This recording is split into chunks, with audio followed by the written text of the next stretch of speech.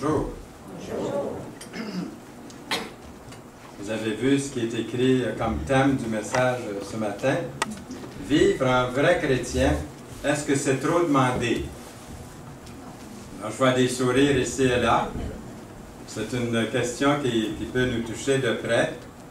On parle des pays christianisés aujourd'hui.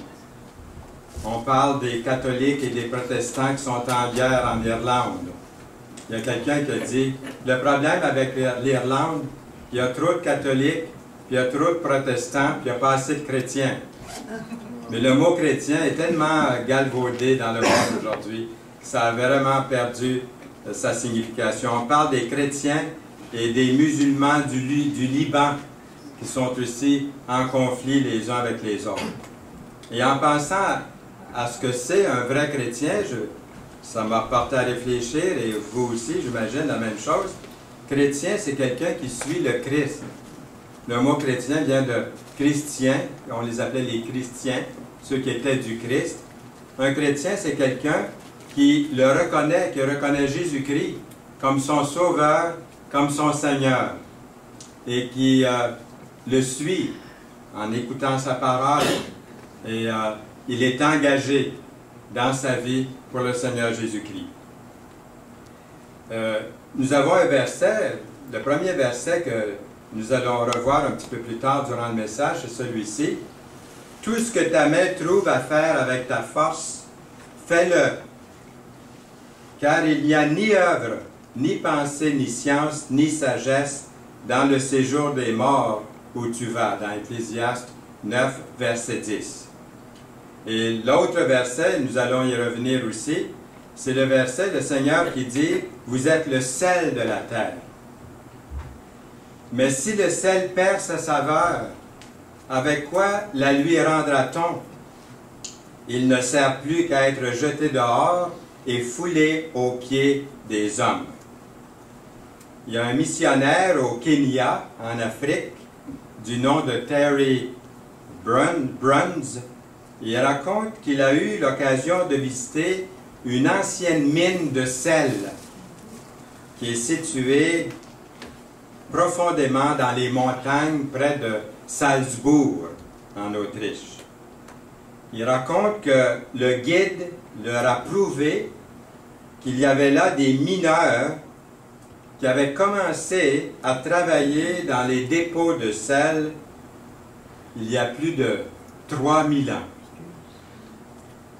Des découvertes archéologiques telles que vous avez entendu parler de l'homme dans le sel, un corps préservé dans le sel de la mine, témoignent non seulement de l'exploration minière, mais aussi de la culture hautement développée à cette époque-là. Pendant des siècles, pendant plusieurs siècles, le sel servait de base financière, mais aussi dans l'art, la culture. Puis au Moyen Âge, le sel était connu comme ni plus ni moins que l'or blanc. Donc vous voyez la valeur du sel. Et là, je peux comprendre pourquoi le Seigneur Jésus-Christ nous a dit ce qu'il a dit ici dans ce verset.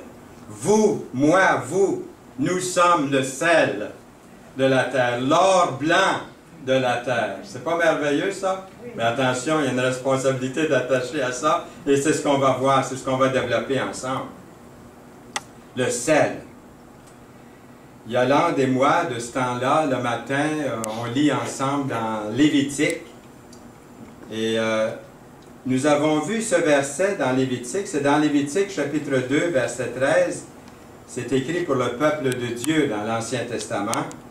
« Tu mettras du sel sur toutes tes offrandes. » Et quand on pense à la signification du sel, et ce que j'offre au Seigneur, vous mettez du sel sur tout ce que vous faites pour Dieu. Je mets du sel sur tout ce que je dis, sur tout ce que je fais pour Dieu. Il dit ensuite, « Tu ne laisseras pas, point ton offrande, manquer de sel. » Ça aussi, c'est important. Ça peut arriver que je me néglige Et ce n'est pas avec du sel que je suis en train d'offrir mon offrande au Seigneur. Que je suis en train de parler. Je le fais peut-être par habitude ou par devoir, mais je dois y ajouter ce sel. Et nous avons ici sur toutes tes offrandes. Sur toutes tes offrandes, tu mettras du sel. Le sel était encore très, très apprécié à l'époque où notre Seigneur Jésus-Christ était sur la terre. Les soldats romains de l'époque du Seigneur Jésus-Christ étaient payés, on appelait ça un salarium. Un salarium. C'est un mot latin que je vous rappelle, d'où vient notre propre mot salaire. Salaire, ça vient du mot sel. Un salarium en français, le sel, le salaire. Le sel était non seulement valorisé, tellement valorisé comme un assaisonnement pour la nourriture, en effet, il sert pour ça en premier, mais à une époque où il n'y avait pas de réfrigération, je me rappelle quand on avait encore des glacières chez nous, comment est-ce que le sel pouvait garder les viandes, par exemple, certaines nourritures. Et le sel était nécessaire pour préserver les aliments et d'ailleurs pour préserver la vie elle-même. Les disciples du Seigneur sont pour le monde, vous et moi, les disciples de Dieu, les disciples de Jésus-Christ, sont pour le monde une sorte de désinfectant moral. Ce n'est pas pour se vanter qu'on dit ça, mais c'est ce que le Seigneur dit que nous sommes. Un désinfectant moral, nous le sommes par notre vie, nos paroles. Nous savons tous que le standard moral dans la plupart de nos sociétés dans le monde aujourd'hui est très bas, et soit très très bas ou changé complètement. Ce qui était mal, c'est bien. Ce qui est bien était mal. C'est comme le verset qu'on retrouve dans Ésaïe. Je ne l'ai pas trouvé. Il est dans Ésaïe, je pense, chapitre 50 ou 55. Et puis, aussi, il y a du côté moral des choses qui sont inexistantes aujourd'hui. C'est rare qu'on va parler de péché. Qu'est-ce que c'est, ça, péché? On ne sait pas ce que c'est. On parle du petit péché mignon. Ça, on comprend ça. Ou faire des petits péchés, ça parle de quelque chose d'agréable, mais ça ne parle pas du mal comme tel. Nous lisons dans Colossiens 4:6 que votre parole soit toujours accompagnée de grâce, assaisonnée de sel, voyez-vous, assaisonnée de sel, afin que vous sachiez comment il faut répondre à chacun. Et c'est important, ça, ce verset-là. Jésus a comparé votre vie, ma vie, au sel. Alors, ça devrait se goûter. Ça devrait se goûter. Et ça devrait se voir. Dans son sermon sur la montagne, Jésus demande à ses disciples à être le sel de la terre. Le sel non seulement ajoute de la saveur aux aliments, mais il aide à préserver et même à purifier les plaies. Le Seigneur compare le vrai croyant aux propriétés du sel. Je me rappelle la première fois que j'ai vu vraiment l'utilité du sel. J'avais 15 ans et pendant l'été, je faisais des commissions, ce qu'on appelait faire des commissions à bicyclette pour le marché canadien sur la rue La Violette de Trois-Rivières. Et puis, je suis rentré au travail avec un terrible mal de gorge. Et le patron, M. Côté, m'a dit, quand tu vas arriver à la maison, mets du citron, du sel, puis un peu de miel, puis brasse ça comme il faut dans de l'eau chaude, puis gargarise-toi avec ça. Ça a été instantané, c'était comme une guérison. Vous l'avez déjà essayé, tout le monde connaît cette recette-là. Hein? Avec le sel, ça purifie et ça m'a enlevé ce mal. Ça, c'était une des premières fois où je réalisais combien le sel était pris. Je l'ai utilisé depuis ce temps-là. La dernière fois qu'on m'a extrait une dent, le dentiste m'a dit « Allez-vous-en chez vous et rincez-vous la bouche avec du sel quelques fois là, par jour. » Alors, comme le sel, qu'on éparpille, hein, doucement, comme ça, on ne met pas toute la salière, on y va doucement, on en met un peu au goût. Comme le sel est éparpillé et ça et là sur la nourriture, de la même façon, vous et moi, les chrétiens, sont dispersés. Moi, je ne peux pas aller dans des endroits où vous êtes. Il y a des endroits où je vais où vous ne pouvez pas aller aussi. Et puis, nous sommes le sel. Comme le sel est éparpillé, vous et moi, nous sommes dispersés, ça et là, dans différents milieux. Et même, je dirais, dans différentes nations à travers le monde. Les nations les plus reculées, les plus éloignées, là où on entend à peine le nom de Jésus-Christ, il y a des enfants de Dieu, des chrétiens, à travers la planète. Nous savons que le sel est ajouté aux aliments pour leur donner cette saveur, ce goût. J'en ai l'eau à la bouche lorsqu'on met un peu de sel. Lorsque j'ai eu 40 ans, le médecin m'a dit « plus de sel ». Il dit « c'est correct en faisant la nourriture, mais ça n'est pas dans votre assiette ». Donc plus de sel. Pourquoi? Parce que ça affectait la pression. Mais j'ai vu la différence, manger sans sel et puis avec du sel. C'était plus pareil. Le sel a un goût bien particulier à lui, vraiment différent, et tout ce qu'on peut goûter lorsqu'on y ajoute un peu de sel. Lorsqu'on le mélange avec la nourriture, généralement la nourriture goûte un peu mieux. Le sel fait ressortir cette saveur naturelle. Vous allez dire, Fernand, t'es pas correct un matin nous parler de ça avant dîner. Mais je vous souhaite bon appétit tantôt. Attention avec le sel, allez-y tranquillement. Mais ça en prend quelquefois pour donner cette saveur à la nourriture. Pendant que les chrétiens sont sur la terre, ils affichent devant le monde, vous affichez devant le monde, ce que c'est que d'appartenir à Dieu. Nous sommes différents. Nous sommes différents. Des caractéristiques qui devraient apporter chez les gens qui nous entourent, chez les voisins, qui devraient apporter de la joie, qui devraient apporter de l'espoir aux gens. Aider ceux et celles qui ont des vies brisées et en profiter pour leur parler du Sauveur, le Seigneur Jésus-Christ. Sinon, tout de suite en parole, au moins par notre vie pour commencer. Que lorsqu'on ouvrira la bouche, ça va être comme une salière qui en met un petit peu pour donner cette saveur et puis qui donne bon goût. Le vrai croyant sauvé par la grâce de Dieu est un bienfait pour le monde, que le monde le réalise ou non. Les chrétiens sont comme le sel de ce monde par rapport à leur témoignage de la grâce de Dieu dans leur vie, à ceux qui les entourent. La plupart des gens dans ce monde rejettent Dieu et la vérité de Dieu. Puis dans la grande commission, vous connaissez la grande commission du Seigneur Jésus-Christ? Allez par tout le monde. Jésus leur dit, allez par tout le monde et prêchez la bonne nouvelle à toute la création. Bien, les gens dans le monde, la plupart, rejettent Dieu aujourd'hui et la vérité de Dieu. Et Jésus, dans cette grande commission, instruit ceux et celles qui l'ont reçu comme Sauveur et Seigneur de leur vie, d'aller dans le monde entier et de prêcher l'Évangile, la bonne nouvelle. Il y a une façon de le faire. Vous avez vu tantôt, d'après chaque personne que vous rencontrez, d'après le verset qu'on a vu, d'avoir des paroles de grâce puis assaisonnées de sel pour chaque personne.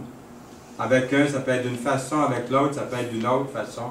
C'est ça de mettre un peu de sel, ou d'en mettre peu, ou d'en mettre un peu plus. Alors Jésus dit d'aller par tout le monde. Il dit aussi, et vous serez mes témoins à Jérusalem, dans toute la Judée, dans la Samarie, et jusqu'aux extrémités de la terre, même le Québec, le Mexique. Hein? Et je passe des pays, là, mais il y en a plusieurs ici qui ont des connaissances dans d'autres pays. Ensuite, Jésus les avertit que le sel peut perdre sa saveur. Alors, il faut écouter bien, bien attentivement ce que le Seigneur va nous dire maintenant dans ce verset-là. Est-ce que c'est possible que le sel perde sa saveur? Jésus les avertit pourtant que le sel peut perdre sa saveur et devenir inutile. Son enseignement montre combien il est important de couper avec certaines choses, de couper toutes sources de péché qui nous séparent, qui attristent le Saint-Esprit, qui nous séparent de Dieu. Et regardons la dernière partie de cette déclaration de Jésus. Vous êtes le sel de la terre, mais si le sel perd sa saveur, avec quoi la lui rendra-t-on?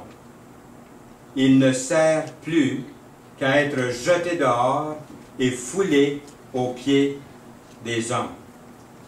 Jeté sur les routes et foulé par les pneus d'automobile. Il sert simplement à être jeté dehors.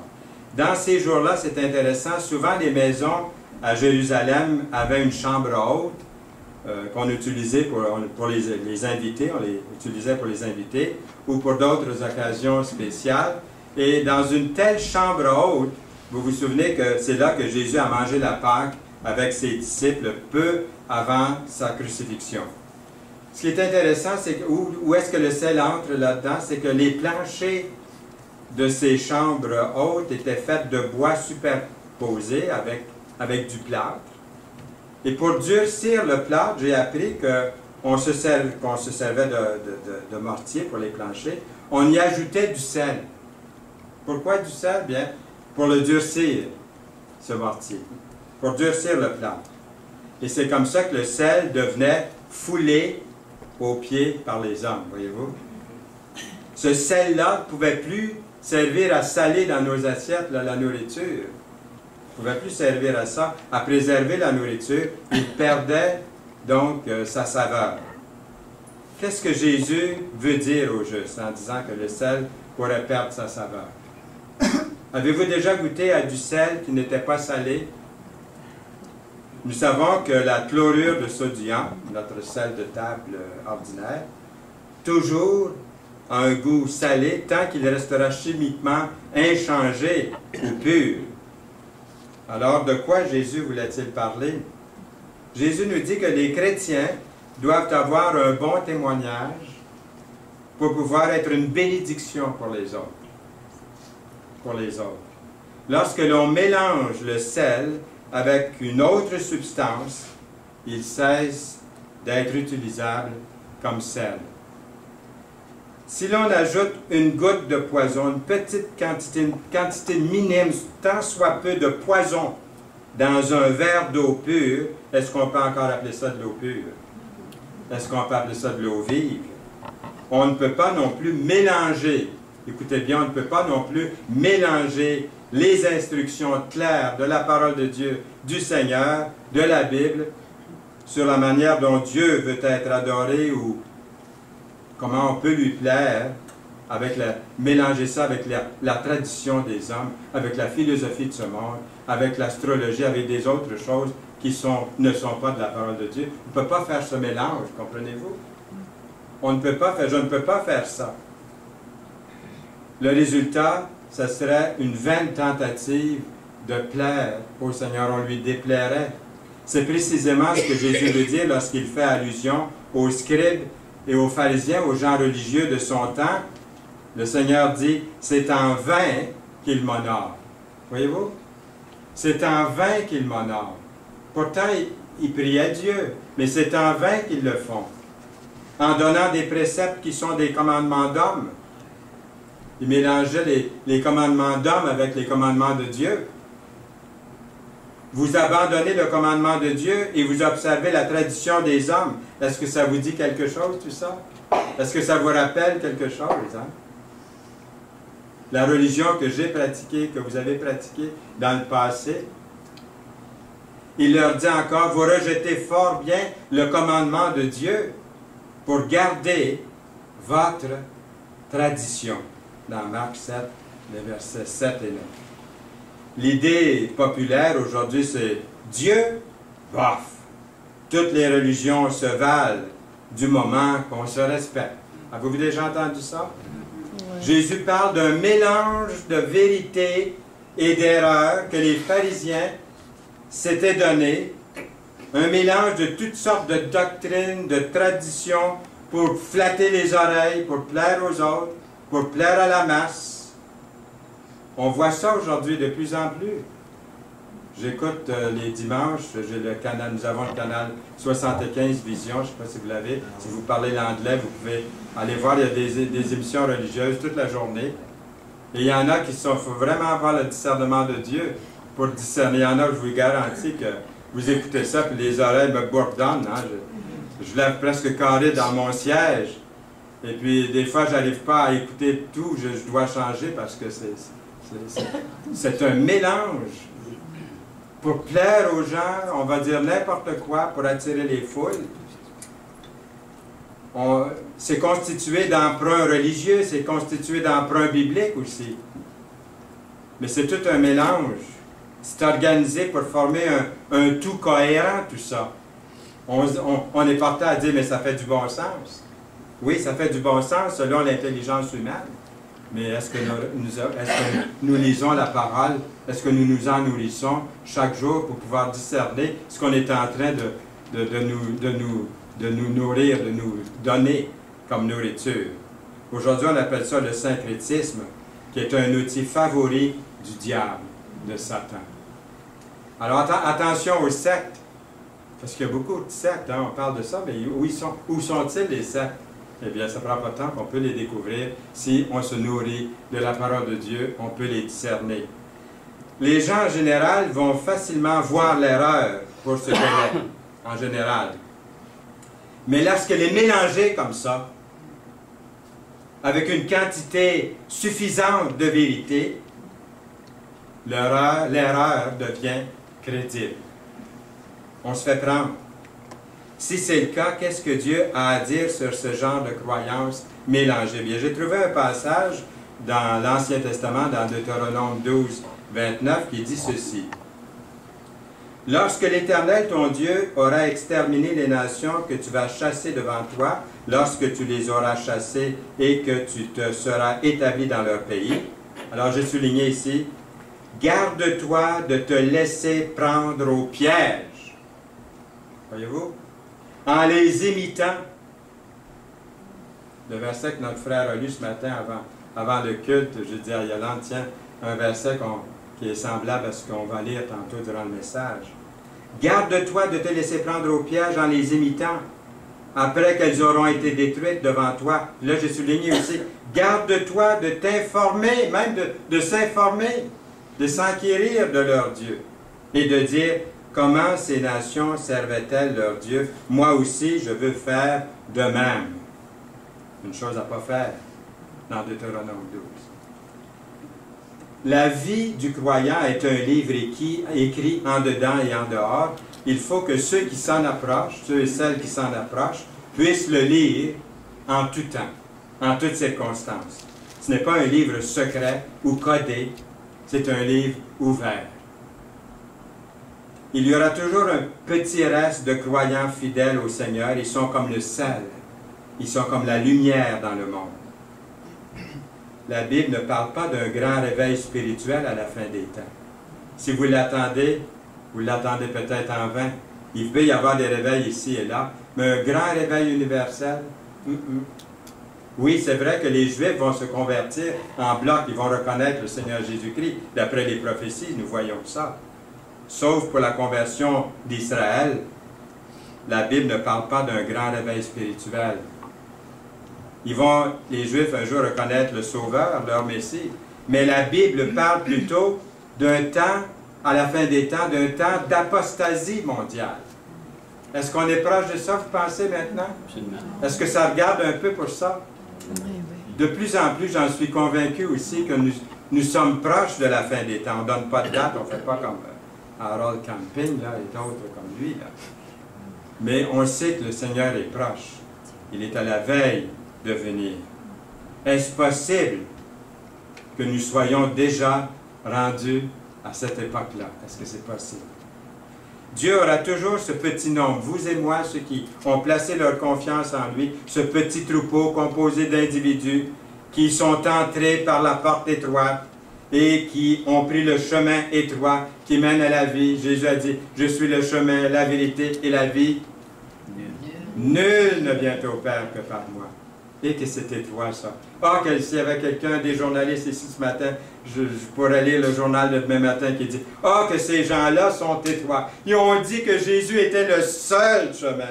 Pourtant, qu'est-ce qu'ils font des autres chemins? » Ils ne se sont pas nourris de la parole de Dieu. Ils n'ont pas l'Esprit de Dieu en eux pour voir que Jésus est le seul chemin, la vérité et la vie.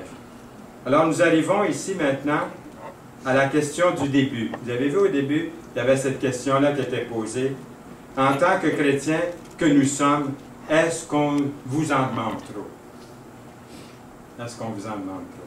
Eh bien, reprenons ce verset. Tout ce que ta main trouve à faire avec ta force, fais-le. Ensuite, il dit, car il n'y a ni œuvre, ni pensée, ni science, ni sagesse dans le séjour des morts où tu vas. Dans Ecclésiaste 9, 10.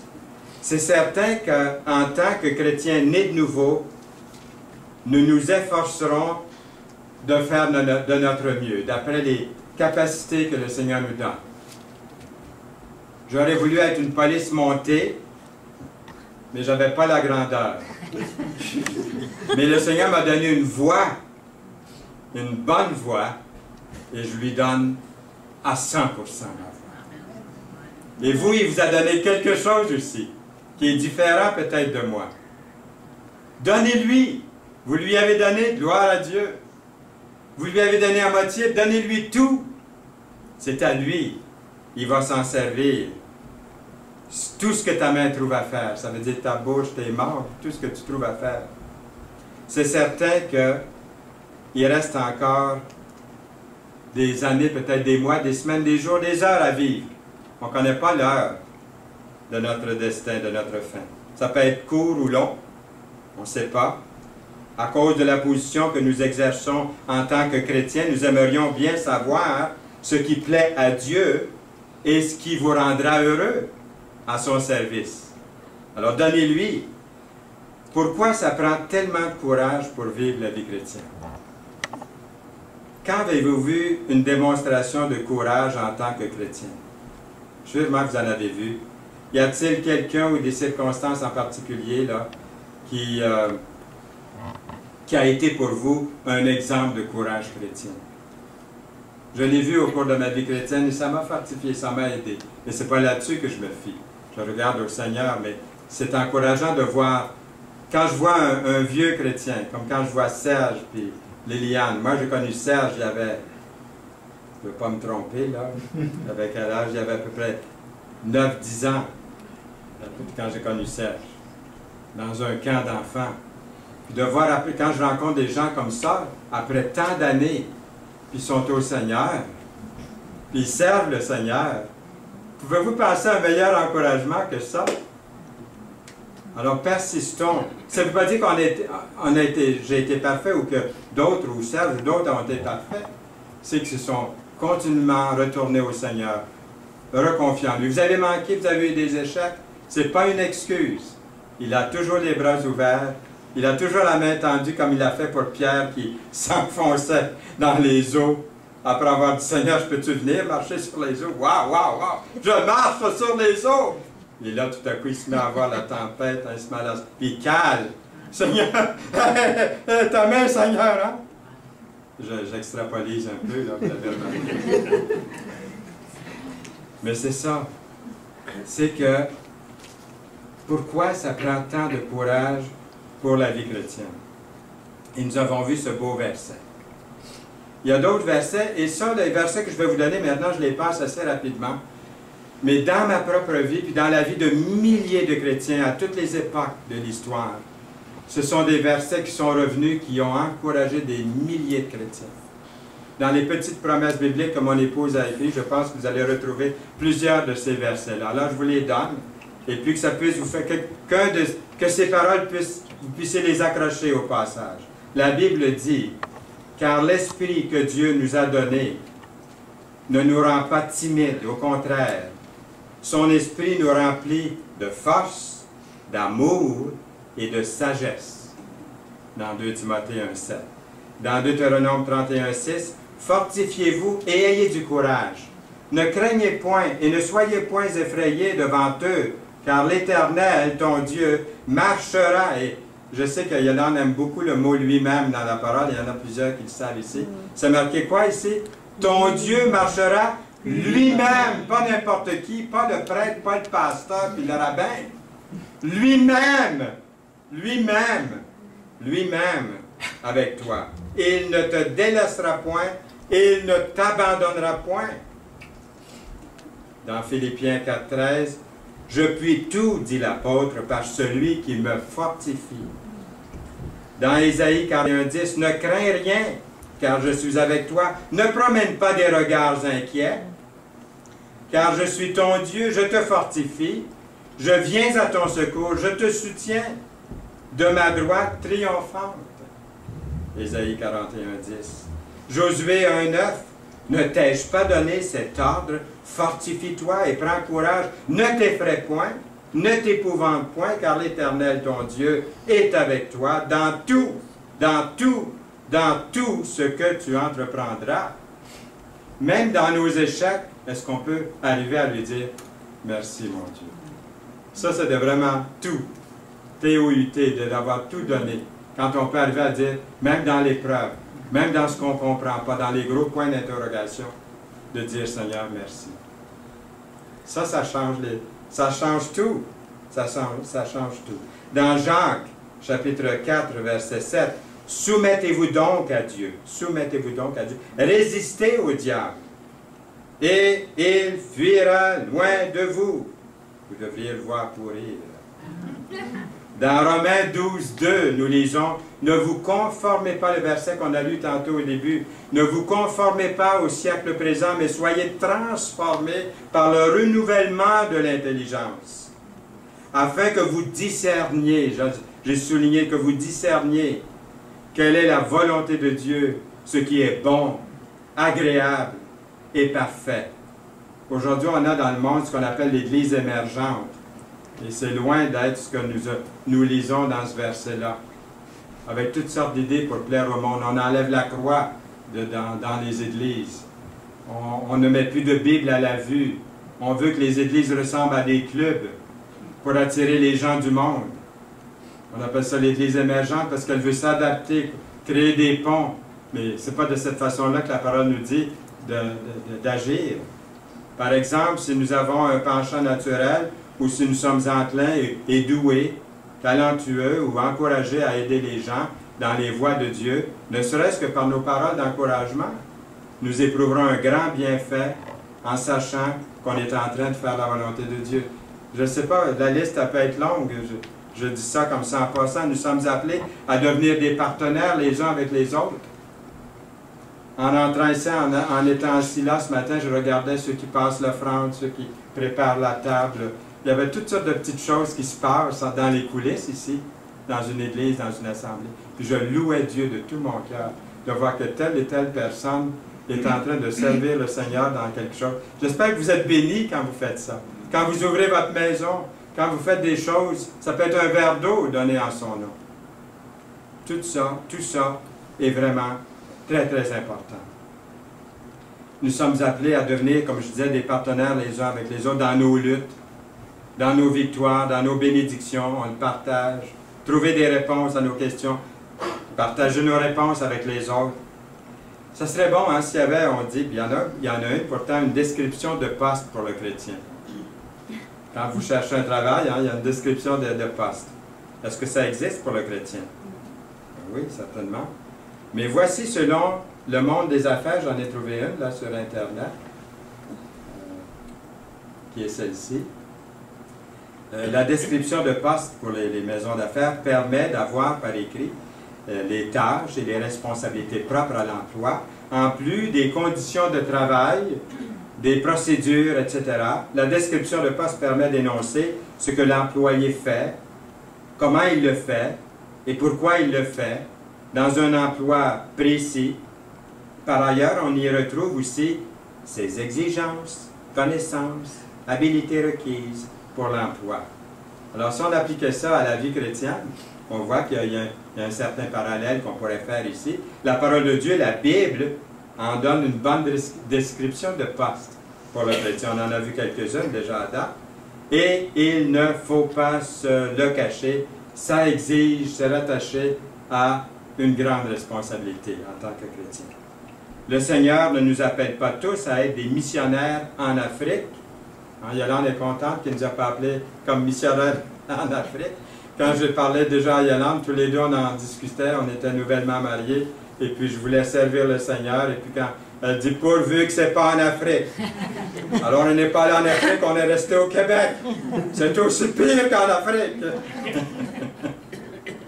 On a vu que c'était aussi pire qu'en Afrique. Et ça dépend où le Seigneur veut nous appeler. Mais le Seigneur ne nous appelle pas tous à être des missionnaires dans un autre pays.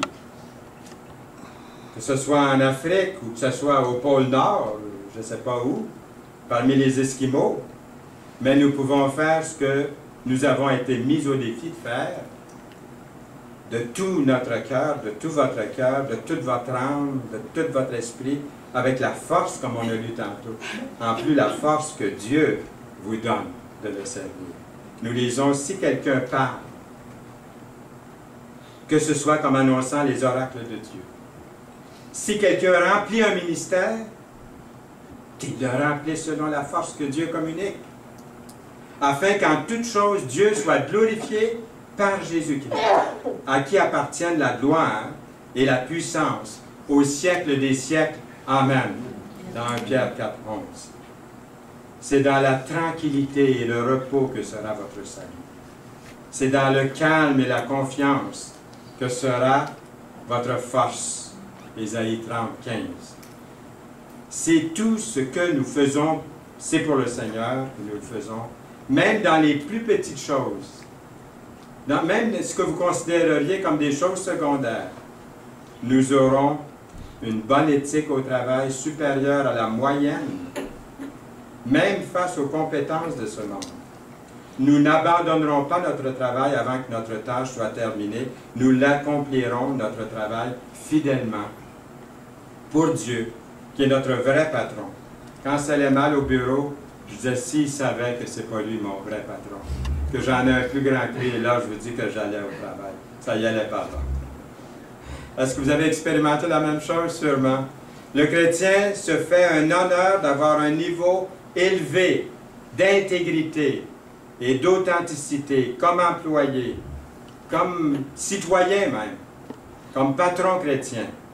Une des nombreuses satisfactions que nous éprouvons quelquefois en tant que chrétiens, il y en a plusieurs, mais c'est comme de participer, par exemple, dans des projets pour une église, dans des projets d'évangélisation, que ce soit distribuer de la documentation, des DVD, des cassettes ou quoi que ce soit, on a plus de cassettes, des CD aujourd'hui ou d'autres, ou de la littérature, des projets d'évangélisation, ou même des services qu'on rend aux chrétiens à l'Église.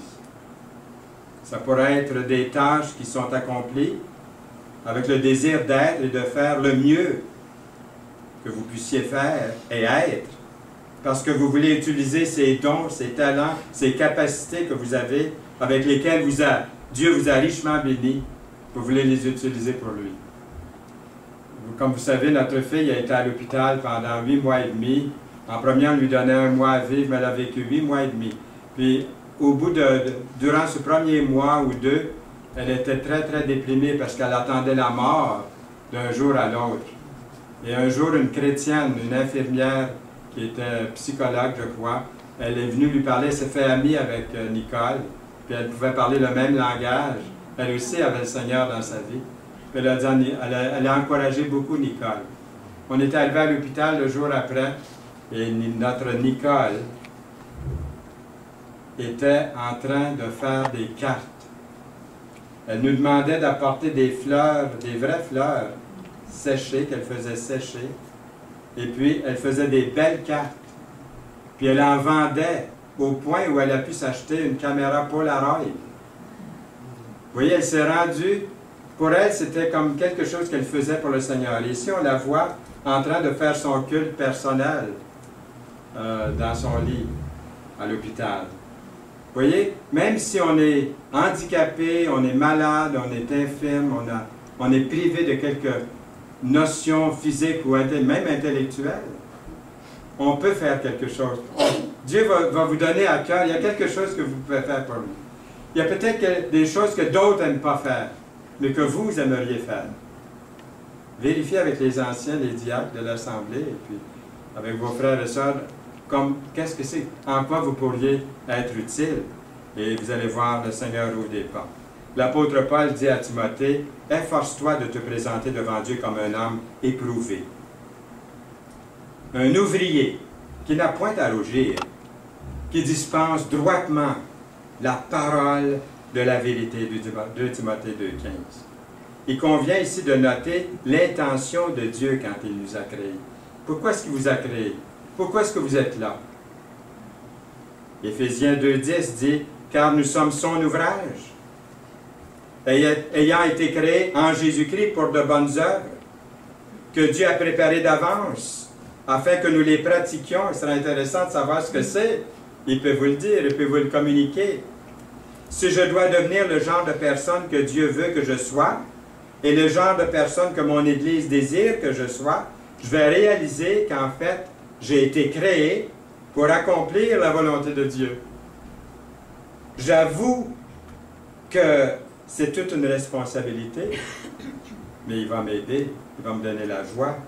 Beaucoup de chrétiens engagés, et ça je peux vous le dire par expérience aussi, beaucoup de chrétiens engagés ont trouvé que plus ils en font pour le Seigneur, plus Dieu les bénit dans leur service pour les autres et pour l'Église. C'est pas vrai? Je ne dis pas que nous sommes sauvés par nos œuvres. Je dis tout simplement que nous servons le Seigneur par amour. Nous lisons ici dans Matthieu 25, 21. Son maître lui dit, « C'est bien, bon et fidèle serviteur, tu as été fidèle en peu de choses, je te confierai beaucoup, entre dans la joie de ton maître. » Moi, je prie au Seigneur à tous les jours de continuer à travailler quand je vais être entré dans la joie de mon maître. Je ne veux pas être à rien faire assis sur un petit nuage à jouer de la harpe.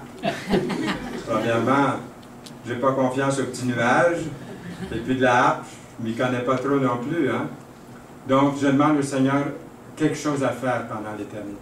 Il va nous donner, on le voit d'après ce verset-là.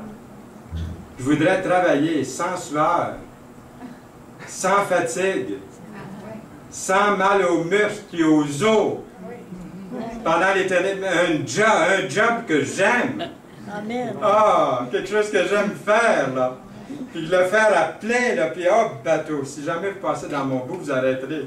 Vous allez voir que ça va y aller par là, hein? Mais il faut commencer ici. Il faut commencer ici. Il n'y a pas de plus grande joie que de servir Dieu, puis de savoir qu'on est en train de le servir. Et nous sommes abondamment bénis pour lui, de savoir qu'on est bénis.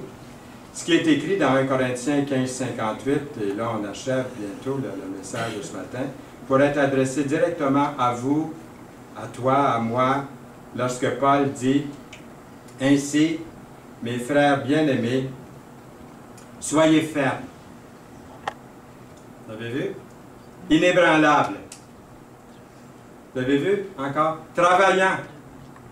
De mieux en mieux à l'œuvre du Seigneur, sachant que votre travail, pensez-vous que c'est vrai ça? Que votre travail ne sera pas vain dans le Seigneur? Pensez-vous qu'il tient promesse, le Seigneur? Amen. Il va vous bénir. Dans 1 Corinthiens 15, 58. Pensez-y un instant. Comme chrétiens, nous pouvons vivre notre vie en train de faire quelque chose que nous aimons de tout notre cœur et en même temps, l'assurance de recevoir toutes sortes de bénédictions de Dieu. Il y a cet autre verset que j'aimerais que vous mettiez, que vous imprimiliez sur votre front, sur le mien aussi, mon front, que je vais utiliser. Ça devrait être marqué sur notre front pour que nous en souvenions et que nous sommes ce que nous possédons en tant que chrétiens. C'est ce verset-ci, dans Matthieu 5, verset 16, qui déclare « C'est ainsi que votre lumière devra briller aux yeux de tous, pour que ceux qui vous côtoient, en sortant d'ici, vous allez côtoyer, pour ceux qui vous côtoient, remarquent le bien que vous faites, et qu'ils en attribuent la gloire à notre Père Céleste. » J'aime la façon que c'est écrit dans Parole vivante, dans Matthieu 5,16. Faites ce qui est attendu de vous devant Dieu, devant sa parole, et plus encore. Vous serez bénis au-delà de votre imagination la plus fertile. Amen? Amen. Amen. Seigneur, merci pour cette parole, ces deux beaux versets que nous avons lus ce matin, que nous avons développés. Merci pour ta volonté que tu nous fais connaître et plusieurs autres versets qui sont un encouragement pour nous que nous avons vus. Nous sommes le sel de la terre. Nous ne voulons pas perdre de cette saveur et tu nous as montré comment faire. Nous te bénissons, nous te louons.